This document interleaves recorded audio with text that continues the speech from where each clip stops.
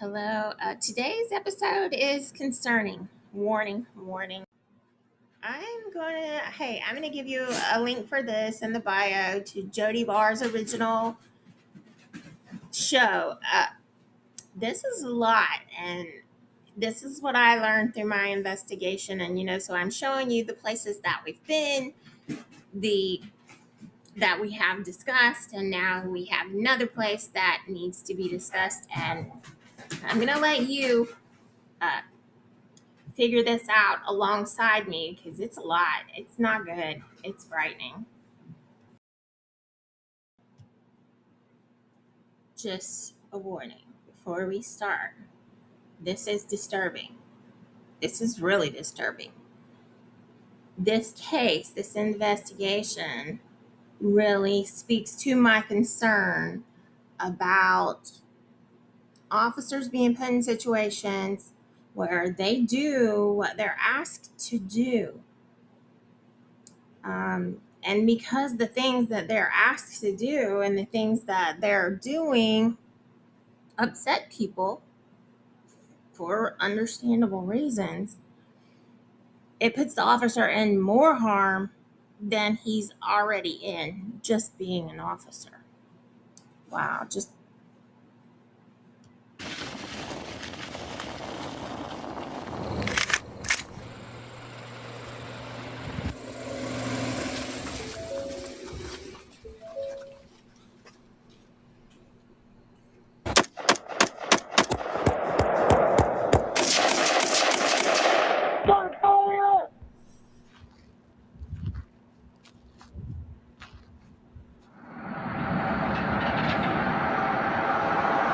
What's going on? 24, who you got on the call? We got Charlie 5 out with a subject on 207.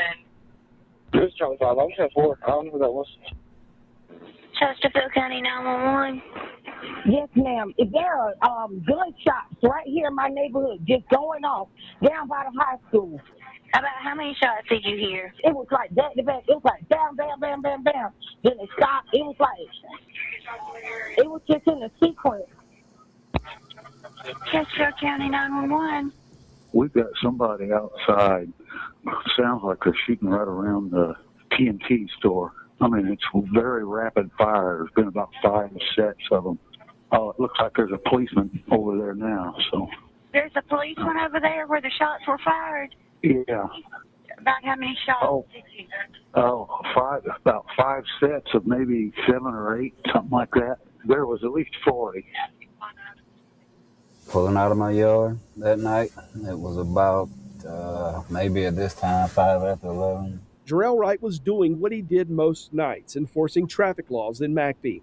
But his decision to work a few more overtime hours this night, last September, nearly ended his life. Everything felt normal. Even when I turned around and put my lights on him, it was, you shouldn't, but I was treating it as a routine stop. Wright was working his beat, patrolling Highway 151, where the speed dips from 60 miles an hour on one end to 25 in the center of town. That was basically my route. As I was coming down, I would turn right there, or sometimes I would go as far as right there at Family Dollar and turn around. He patrolled the 1 square mile town relentlessly until he set his sights on 27-year-old Alston Maudlin. Just like that car passing there, we met about right here before 8th Street is where I turned around and put the lights on it. A 52 and a 25. And you see the 35 right there. I was speeding up behind him and I saw him turn the signal on, so I went ahead and hit my brakes. And that's where I was expecting him to pull over right here where the buses are, and he didn't. So that kind of raised the red flag.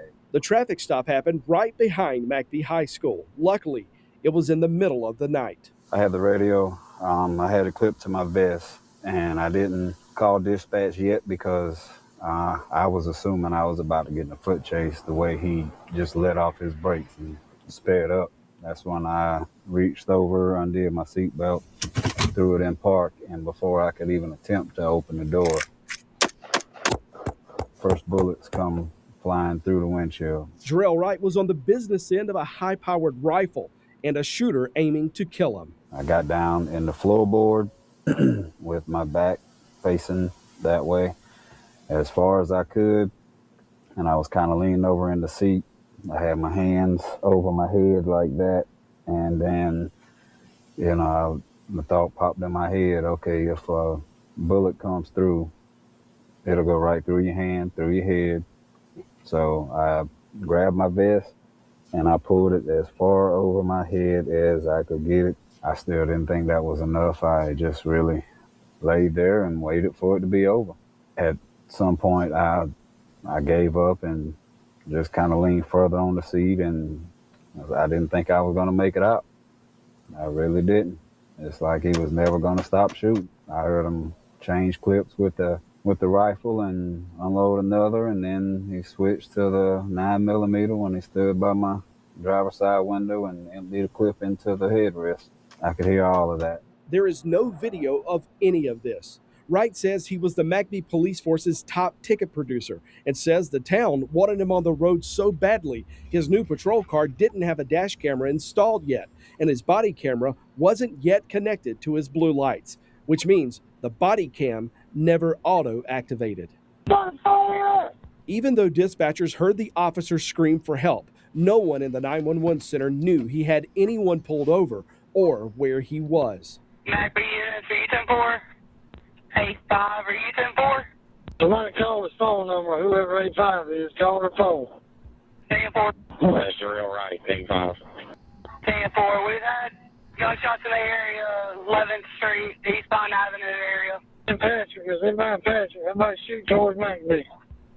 Somebody was hollering on the radio. McBee again was dealing with somebody's shots fired, and then somebody got to hollering on the radio. It took 11 minutes for the first officer to get to Jerriell Wright. We did get a crash detection from 8-5's phone.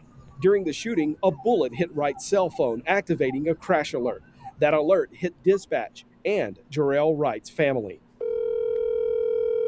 Your call has been forwarded to voicemail. At the tone, please record your message.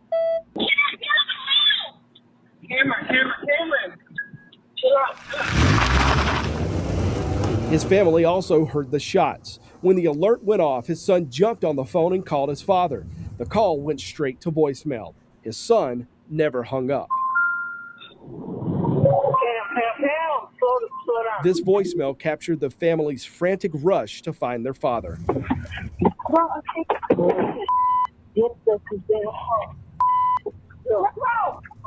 Jerriell Wright was still squeezed into the floorboard. And I just laid down, waited to die. You said you were waiting for it to be over. You don't mean for the shots to stop? I was not waiting for the shots to stop. I was waiting to die. I kept asking myself, when?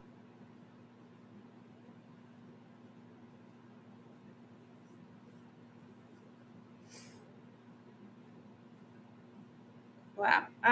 Sorry. Got lost in it. This guy. So much to tell you about this because it speaks to a lot of things that are not okay. We're not okay. First, those little speed traps that drop from 55 to 30. Oh, we know. We know about those. And this video highlights the hostility that comes with those two people who not the people who made the decision for nefarious reasons. It comes to the people who are doing the job and trying to do a good job based on the ask from their superior, So I'm gonna go through this. I'm gonna leave the link. I do encourage you, please, pay attention to this. Let it sink in. Talk about it. Do not accept this for normal. Do not sweep this under the rug. We have people who are being put in environments that are dangerous for them. And of course, being a police officer is dangerous enough on its own. And it's not just the judicial system that has got some nefarious players. Us in humanity out here, we got some nefarious players. So it's just, it's bigger than pointing the finger at just one person.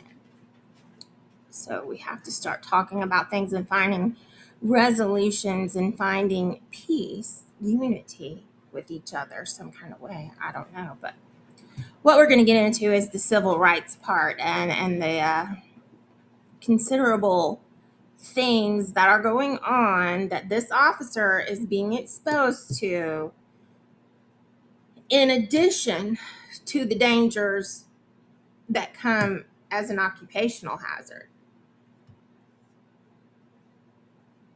Quickly found out what the men running the town of McBee wanted from him: to write all the speeding tickets humanly possible. You were in communication with the mayor a lot during the time you were a police officer in that town, right? Yes. The mayor was well aware, it appears through text messages, of what your ticket production was in a day, where you were. You say you show up on police stops sometimes too. What did you think about that constant communication with him about what you were doing while you were on the clock? It was annoying, it was aggravating, but I felt I had to do it because it was the mayor. McBee is a small town of around 800 people. It has one stoplight at the intersection of highways 1 and 151. It's the main pass-through between Charlotte and the beach. The speed limit coming in from Charlotte drops from 60 to 25. Wright says he had no problem finding speeders and he could do it easily, all day, every day.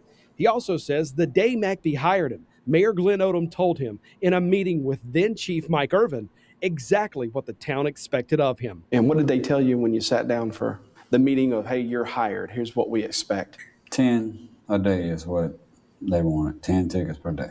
They told me you can sit at this corner and write a few, you can go at this corner and write a few. He said you can go at each end of McBee and write a few, and you can get 10 a day. That's what we want. And what would that 10 cover? My job, I guess.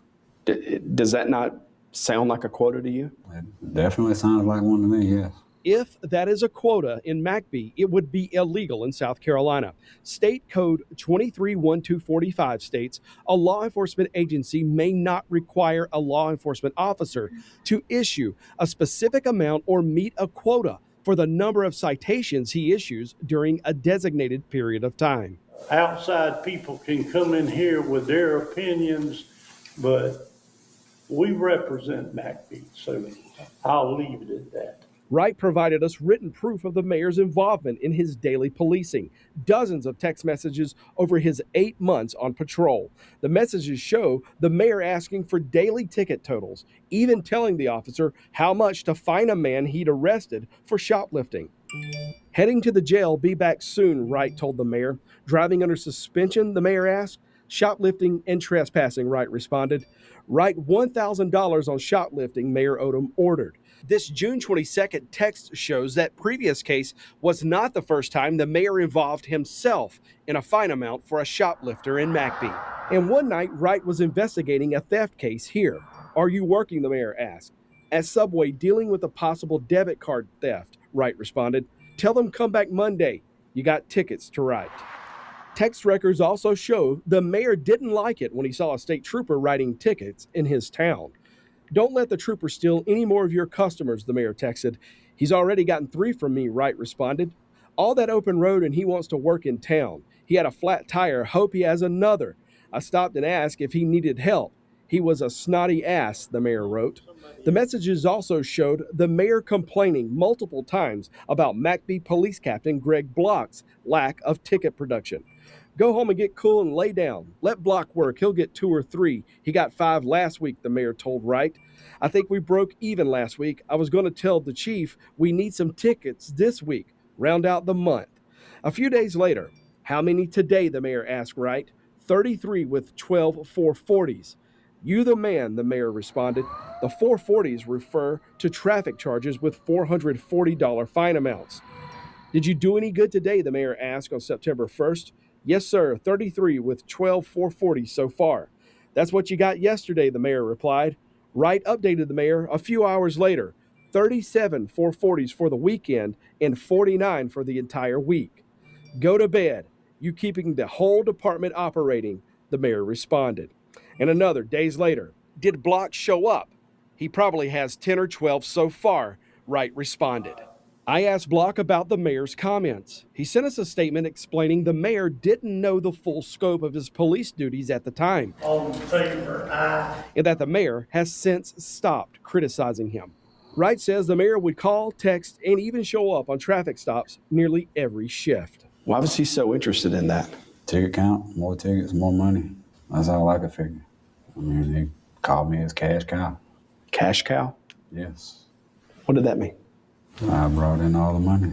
I wrote more tickets than anyone else. So, did you feel like that's what you were becoming to the town of McBee? A revenue stream? I didn't think of it that way until that comment. What did you think when he called you that? I kind of laughed it off, and then, did he actually just say that? I'm like, okay, so that's all I'm worth, bringing in money.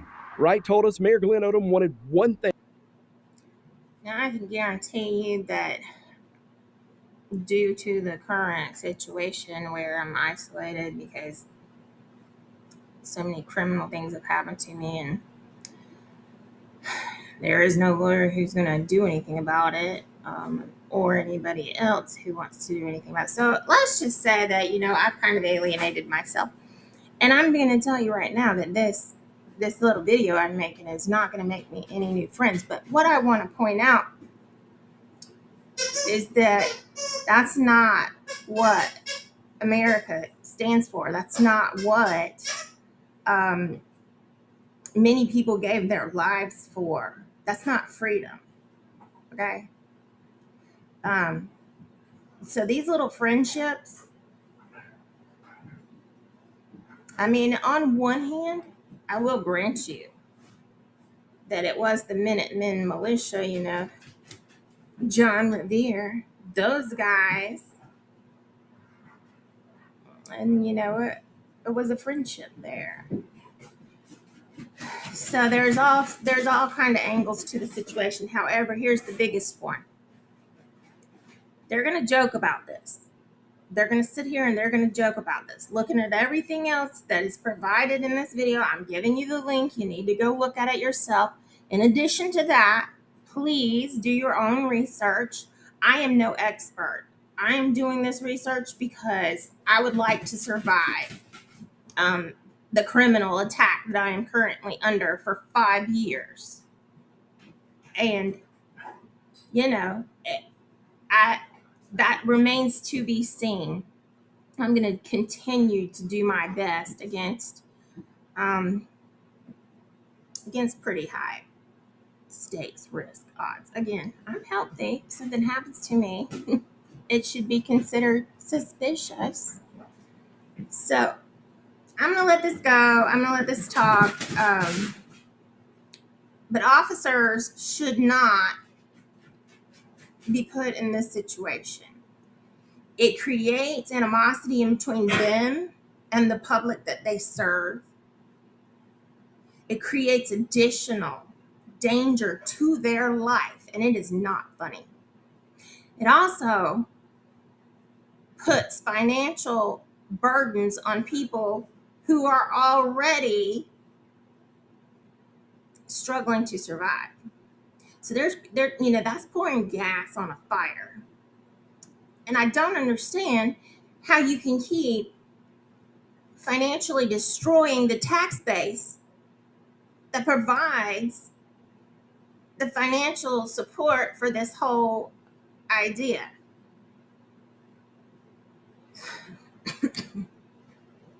So we all have got to do some talking. We've got to do some talking. I'm not going to sit here and say that this happened to me because I'm a woman. I'm going to sit here and say that we can do better. The way that we start to do better is that we recognize what is happening. We stop laughing about it because it's not funny. And then we communicate and find a better solution, hopefully. And they do to stop terrible things from happening in this town. Robbie Lyles is a McBee town councilman. Once inside the council meeting, the mayor continued arguing against the quota allegation. But again, for the record, Chief, do we have a quota that they got to do 10 a day? Like 25 cents? No, sir. McBee Police Chief Timmy Knight went on and laid out what sounded a lot like issuing an expectation of a certain number of tickets within a predetermined amount of time. Discussion is, if you do 10 tickets a day, we pretty well break even. But there again, you work there's 12 no... hours. Is it too much to ask for a ticket an hour? Why were you so interested in the daily real-time numbers of these officers? Because back... And I apologize for whether that cut off. It's not intentional. I'm not really good at this making videos yet. I'm trying to do better. I think they are getting a little bit better. But the link is here. Pay attention to it. Please go check it out. Maybe you know something that can support a better outcome. But the facts are the facts. Chief and the officers another tool in their toolbox of enforcing traffic in McBee. By charging under the ordinance instead of the state's traffic code, the town can now negotiate $180 fines and no license points and not have to send a single cent to the state. This citation shows the town's already issuing these tickets. And traffic court is big business here. We asked the state for total citations for 2023 and 2024 for towns along Highway 151, Pageland, McBee, and Hartsville. Pageland and Hartsville reported more than 2,000 tickets in 2023. McBee nearly doubled those cities with 4,300 tickets. In 2024, no one along 151 came close to McBee's totals. 4,000 tickets in Pageland, 3,000 in Hartsville, and McBee wrote 12,000 tickets with far fewer cops than both of those other two cities. McBee's ticket total was almost as high as the state's capital city police force. During that time, McBee's leaders confirmed the town collected more than $1.2 million in fines and assessments. This council meeting was when?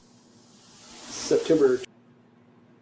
And I want to highlight that all towns are under pressure.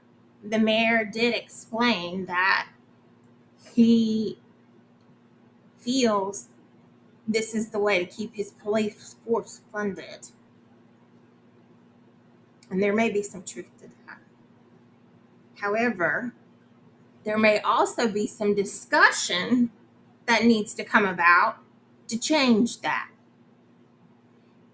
This is what I am experiencing in my investigation, that instead of changing things, there's a continuous way to take actions that create more harm than good to avoid the process of legally correcting the situation. That's my opinion. My opinion is subject to change. I'm doing this investigation to support a better outcome for myself. I'm also doing all of this investigation to provide information to you now, which is really helping me to find motivation to keep moving forward, because I never, ever wanted to be a part of this, and neither did this police officer. What happened to him? It really speaks loudly to the groups of friends who don't mind sacrificing one of their own in the spirit of camaraderie, in the spirit that these things have to be done. There's no other way. Yes, there is another way. And you don't enforce the law and break the law in the same. That's not how we progress it. That's never going to be okay. It's not going to work. So I'm going to end on this final statement from this officer, which speaks loudly to why we have officers that I kind of shared with you yesterday, who, by the way, again, there's a lot of information blocking there. I have found a lot of things that I can't share with you because it wasn't documented. It was intentionally left off of important reports that really need to reflect that. And it was intentionally blocked from the public. And I do believe that a lot of people got hurt from that information not being shared honestly and not preventing harm where it was your job. You were the person who filled out the application and stood in line to do that job. And instead, you're just going to change the facts, change the narratives, erase whatever.